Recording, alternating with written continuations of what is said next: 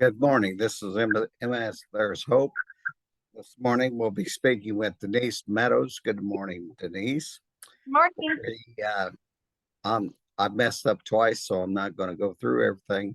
Just let me say, Denise had relapsing remitting, and she had some very severe signs. And she decided to do the Coimbra protocol. And after a couple of years, she got her life back. She works now. She's a mother of 5 kids, and she's doing wonderfully. So we're just checking in with her after 5 years, how she's doing. Before we do that, I'm going to read a little disclaimer here, and then we're going to jump right into the interview. This interview addresses multiple sclerosis and the treatment of us using the Coimbra protocol. We are not giving medical advice for the treatment of your MS. Ways and methods of treating chronic autoimmune conditions such as MS or fibromyalgia vary from person to person and should be done by a licensed medical professional. We are sharing our own personal experiences, and this is purely for entertainment purposes. Thanks again for being with us, Denise, and share with us how you're doing after 5 years of being on the Coimbra protocol. Well, John, I am doing amazing. I have a normal life. I say it's a normal life. It's a normal life with more energy than anybody should have. Um, Typical day for me, I get up, like today I'm off work. So I get up, I get on the treadmill, I clean the house, I do all the things. And it's, a life that 5 years ago I never dreamed possible. And it's, I'm on the page a lot. I see a lot of people that were just like me that, when I went for a doctor, I wanted the best care. I wanted the best doctor. So I found one in St. Louis, which is 2.5 hours from me, but he was And an when MS. she's saying the page, people, she's referring to there is a Coimbra Protocol Facebook group, and that's what she's referring to. Yes, Coimbra Protocol North America. But before I found it, I did everything that you're supposed to do, right? You're supposed to get a doctor. I found an MS specialist in St. Louis, the best, I could possibly get. And, the answer was drugs. You're going to do drugs. And so I thought, okay, this is going to fix me. This is going to make me better. And that's the thing that, people say when I tell them what to do, they're like, well, you're not a doctor. But what the doctor is not going to tell you is you're not going to get better on drugs. You're not going to get better on infusions. And for me, I did the drugs for 8 months, and then they switched me to infusions. And at that point, I was over everything. I'd been to the Mayo Clinic because I wasn't getting better, and nobody told me you're not going to get better. And so I went to the Mayo Clinic, and they said, you got to get something stronger. You got to do an infusion. You got to do so. Tried that. It was to the point it was just hopeless for me. Now, when you say an infusion, is that one of the more popular drugs that you take that way now, or was that just how they wanted you to take the medicine? It was, I don't care if everybody knows, I did Tecfidera, which was pills, for 8 months. And then I did Tysabri for 2 months. And after the second one, my walking was come and go at that time. But after I had my second infusion, I couldn't walk out of the hospital. I couldn't walk in my front door. And I was just over it all. I had to go learn how to self-cath. I'd lost all that control. I had to have a hysterectomy. Any temperature change of my body, I went blind. So the doctor's like, well, you're done having kids. Let's have a hysterectomy. And it was that time that, funny how things happen, but that time that I really started talking to you. And I had, 6 months or 6 months, 6 weeks, just to basically lay around and do nothing. So I started reading about the protocol and started it really made sense to me. The infusions, the drugs, they're all doing the same thing. They're killing your immune system. So your body can't attack itself. Well, that sounds great, except for you're supposed to have an immune system, right? I mean, I'm not a scientist. To interrupt you, I got a cold when I started on the drugs, worst cold of my life. Oh, because your terrible. body has nothing to fight the cold with. Go ahead. Yeah, I was constantly sick. I was constantly in the ER with urinary tract infections, bladder infections. I mean, it was just, there wasn't a day that went by that it was just something new and just terrible, you know. And so after I read up on that, I talked to you countless times and I argued with you, if you remember, because, I, you know, I have I these don't. answers You that are, always say that, but I don't remember it. So I yeah, guess I want you to know some people. I've been called a pedophile and a child molester. If people have called me the most ungodly names, I don't care. yeah, I know how bad this disease is. So if somebody was arguing with me, that's a little thing. Go yeah. ahead. Yeah, so we argued about that because, like I said, I'd been to the best of the best, and you know, when you mention this to them, they laugh it off. And so the trade-off was I had to see a neurologist. I had to, due to my work disability, because I was off work at this point. I'd been off work for a year at least at this point, and What so kind of job was that? What the kind of job I do job? now, it's a outside a refinery. I work in a refinery.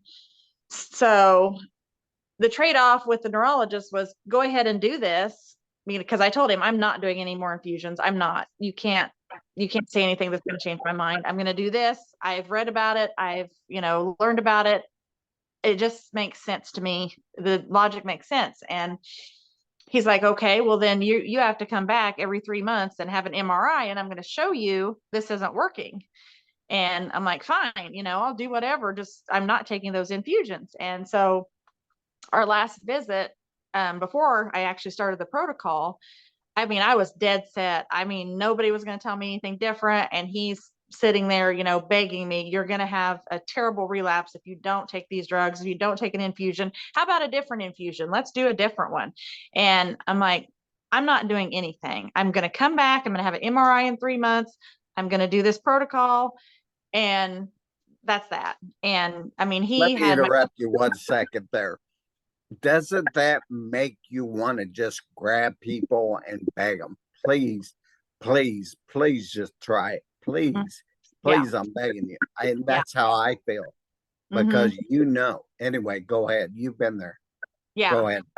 So, I mean, he had Kenneth so upset. I mean, Kenneth was, just like, do what the doctor says, do. And I'm like, no, I'm not doing what the doctor says. I'm not Good for doing that. you. We've tried that route, right? Let me Yeah. try this route.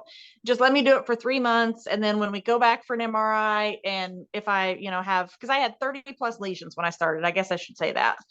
How Um, many? 30, over 30. And they could tell by I don't know, the MRI, they could tell that a lot of them were older lesions. Some of them were newer lesions. Some of them were active lesions. And so I'd had this all my life.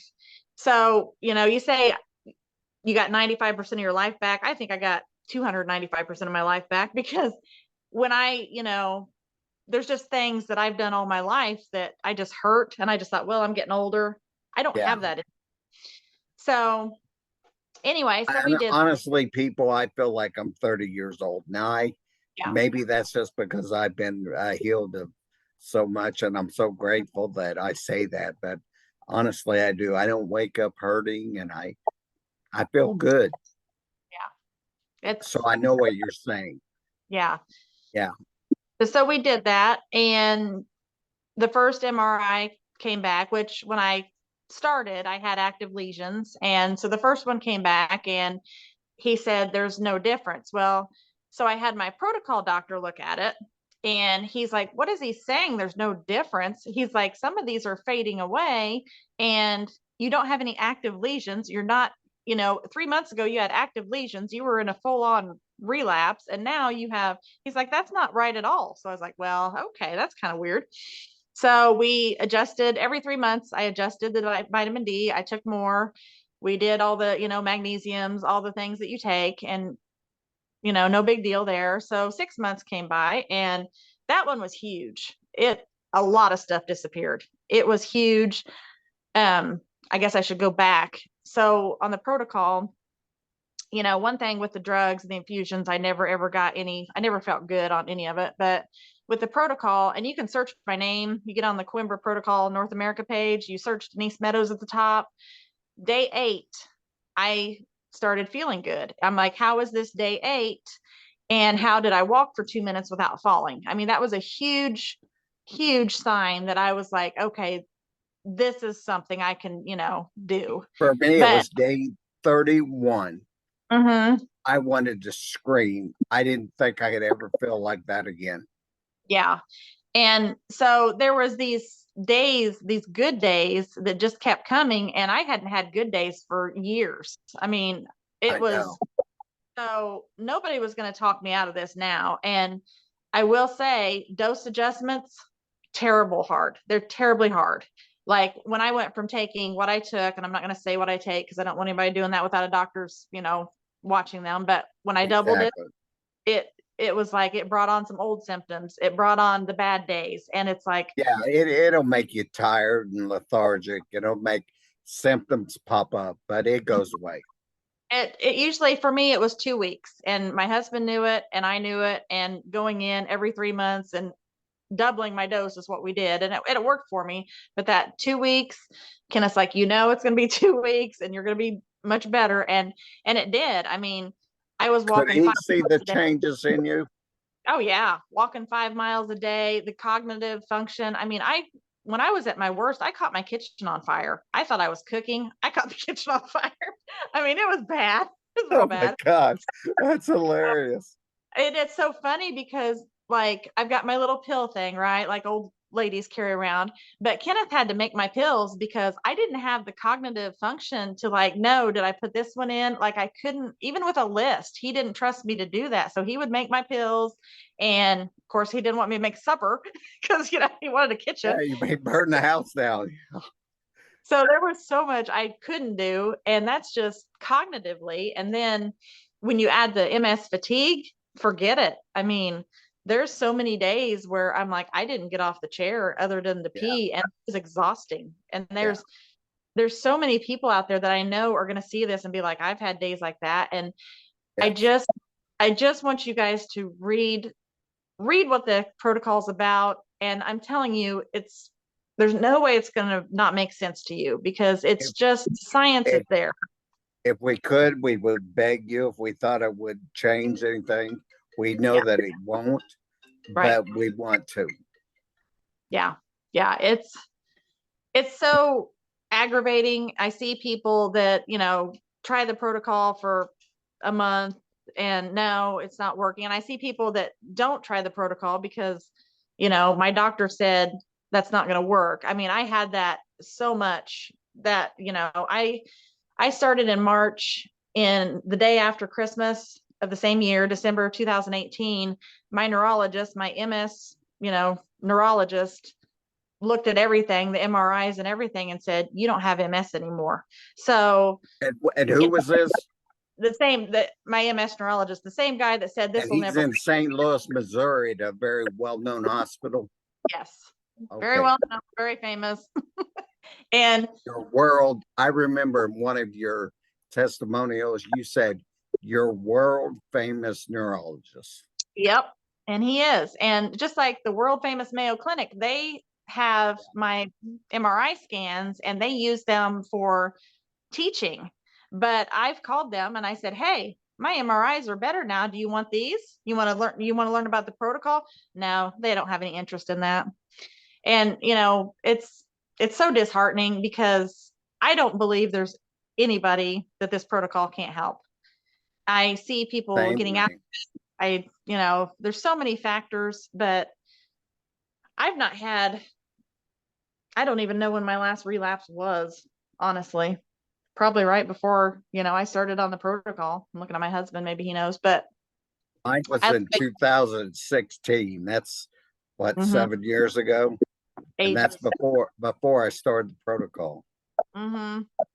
And it was just such a time in my life where I just couldn't do anything. I couldn't drive. I couldn't see half the time. My sight, there was no like red flag, like I'm going to lose my sight. It was like I'd wake up and I might see for a minute. Well, then I'd go, get a drink. And then it's like, well, I can't see. I mean, it was unbelievable. I And used to squint all the time like this. And my mhm, wife would come in the house and she would make fun of me. She would close her eye like that, and I would be reading. I couldn't read unless I squinted my eye. Yeah. Yeah. It's, I just went to the eye doctor or Tuesday, and I'm 2020. He said I was 2015, yeah. but now I'm 2020. Anyway, go ahead.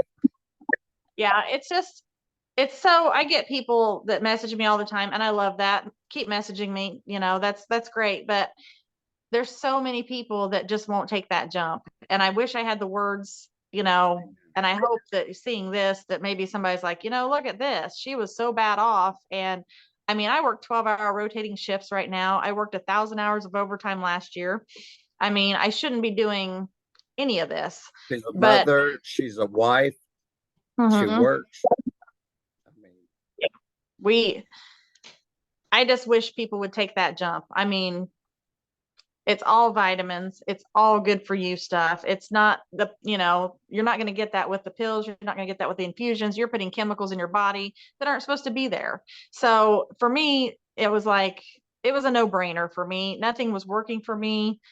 And I realize there's people that, do take the drugs and they find some stability in that. But I don't know. For me, it was poison. I I was trying everything I possibly could. And when I got diagnosed, it was 30% the medicine. Now it might be more than that. Now it might be 50%. It slowed the progression of your disease. All mhm, right. But it didn't stop your disease. I had an Indian intern at the Veterans Administration. I said, um, let me ask you a question. I said, if you got on an airplane and you walked up to the cockpit and you said to the pilot, what's the chance that this plane will land safely? And he said 30%. Would you get on that airplane? right. He said, yes. If that was my only option, I'd get on. And I was like, I told my wife later, I was like, remind me never to fly with that guy because that's what's out there, people. It's Right. medicine. It's only 40% Mhm. But that's effective rate. what's available. I mean, if you go to a doctor, and if I went today and said, I've got MS, and go to a doctor, he's not going to say there's other options. He's going to say, here's your medicines. And that was a thing too. They really don't know. I mean, like even this They're world, just not taught. They're just ignorant of the way. They're just no, not taught about it. yeah. And so I felt like at the time I was doing the best care I could possibly do. I think And that Terry Wall says in her book that they give about, I want to say, 2 weeks of education on what you eat and alternative ways of, uh, healing your body, I guess, with natural means. But I mean, they don't put anything into anything else but medicine. Go ahead. I'm sorry I cut you off. you're okay. My husband's writing me notes over here. And so like the huge thing, and I've told you, but it's so big that I went to the doctor, just a regular checkup, and she says, well, you've got MS and fibromyalgia. And I said, no, I don't. And so she looks through the file. I mean, years of nothing. I've not, had anything for years. And she said, I'm going to take this off your file. We're going to mark it as resolved. And I'm like, you're going to take MS, an incurable disease, off my file. And she said, yeah. She said, I can't really have this on your file when you're not being treated for it and you haven't had any problems. And it's been years. And like I told you, we looked for life insurance a couple years ago and I couldn't get anything. Having MS, they're like, you cannot, even get an offer. It wasn't like you're going to pay an exorbitant amount. It was like, you're not going to get life insurance. Right. So that's huge for people. I mean, they don't, things that people don't realize that comes with this, diagnosis. It's, I'm like forever grateful every day that I wake up and, you learn that when your eyes don't work for so long and you're like, well, I can't see today, but it's almost like a bad dream now. I mean, it's been so many years ago that there's so much that I'm, forgetting that even happened because it's such a It's just such a a tough. nightmarish hell is what it is. And it's and that's the thing. Honestly, I still, if I get ready to do something, I bought a new car this year and I had nightmares about MS for 2 weeks in a row because it was just, I don't know, just this stress of like, okay, what if it comes back? And I'm like, well, this is dumb because I feel, incredible. But it just, it'll always be Right. with me. Listen, But I gotta say, name, listen to that, Robin, because people do go through the fear of something comes up, Mhm. oh, is that MS? Oh, am I relapsing? And people, I'm here to tell you, I'm 7 years out. I don't even think about it anymore. Yeah. I wake up and I feel good. Yeah. I always feel good. And MS is just a nightmare that I don't even recall anymore. And that's the thing, like, I've done this since 2018. You've done it since, and 17. there's always somebody that's ahead of me. And I love that. I love to see, people that I've done this 16 years, just like the person that's on it 6 months says, hey, Denise has done it for, 5 years now. Look at her. So those are important. And I wish we could get more people, but you're right. People move on with their lives and, you know, I'm not an arguer. I don't want to argue with somebody. I'm not a good car salesman. If you don't want to buy the car, I'm not going to argue with Right, you. right. I I wish I could find the words that would make everybody just get out there and try this.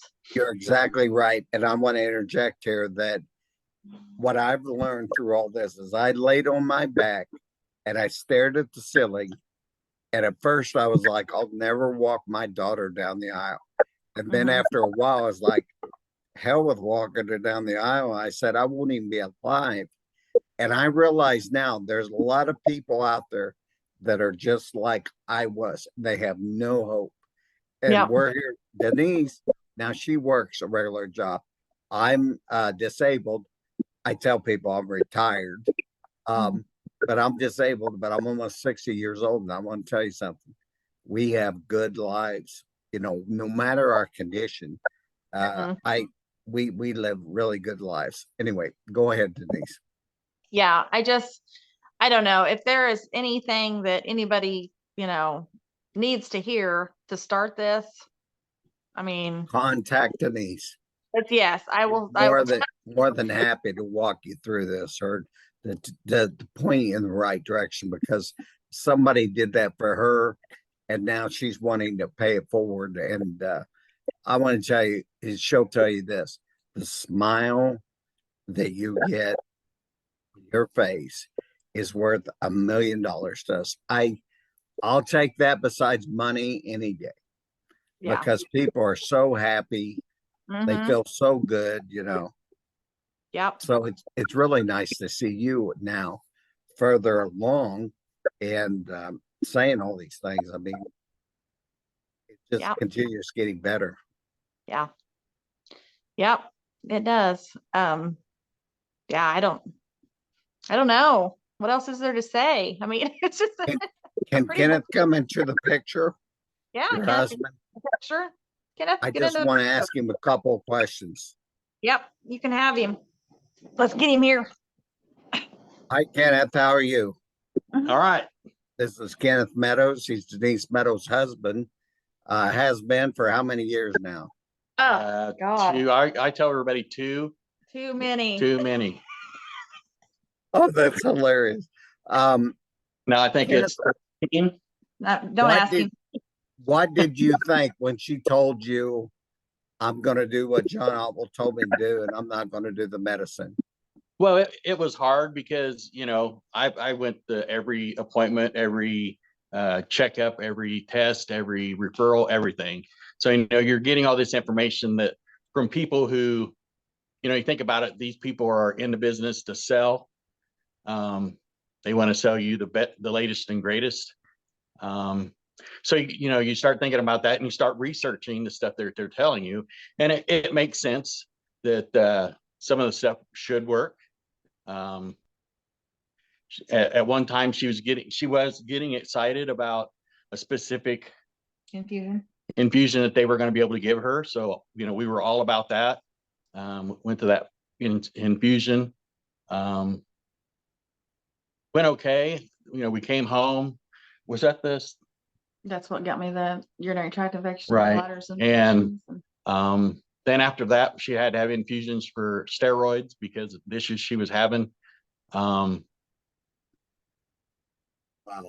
The first Hey, time we Tim, had this infusion, and she came home, and it was a very rough night for us. She was a very hateful person, just I'm because of gonna the. have to interrupt you. We're gonna have to do another interview because this one's running out. But that's Okay. actually a good thing. Hold that thought. Denise was being mean to you. All right. All right. Shame on you, Denise. All right, here we go. I'm gonna